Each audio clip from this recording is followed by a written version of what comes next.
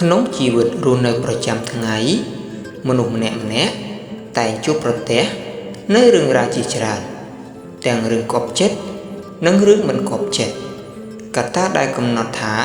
ជីវិតយើងមានក្តីសុខឬទុក្ខជោគជ័យ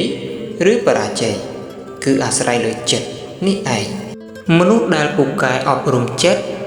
គឺជាមនុស្សដែលដឹងពីរបៀបរក្សាចិត្តឲ្យត្រជាក់ជានិច្ច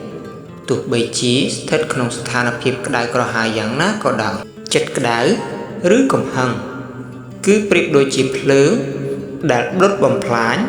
គ្រប់យ៉ាងនៅពេលដែលយើងបណ្ដោយឲ្យចិត្តក្តៅដឹកមុខ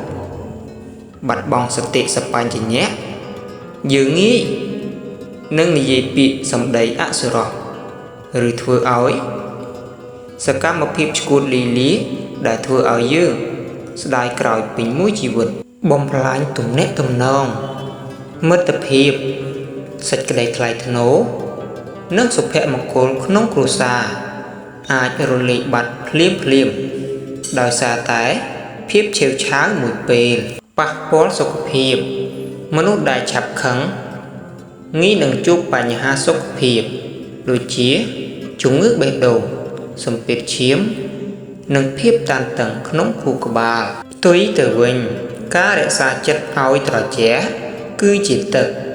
ដែលជួយរំលត់ភ្លើងទុក្ខមនុស្សដែលមានចិត្តត្រជាក់តែងតែមានការសម្រេចចិត្តត្រឹមត្រូវនៅពេលចិត្តស្ងប់យើងមានបញ្ញាដែលអាចមើលឃើញបញ្ហាបានច្បាស់លាស់និងដោះស្រាយវាដោយសន្តិវិធី